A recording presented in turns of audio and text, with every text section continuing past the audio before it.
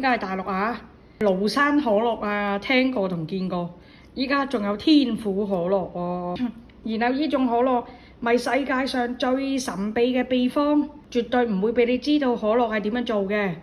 哇！依家真係要試試啦，非物質文化遺產，同埋真係可樂係有中醫中藥嘅成分㗎喎。我都記得話以前睇書講呢，話可樂啊係醫人㗎，即係佢係一種藥嚟嘅。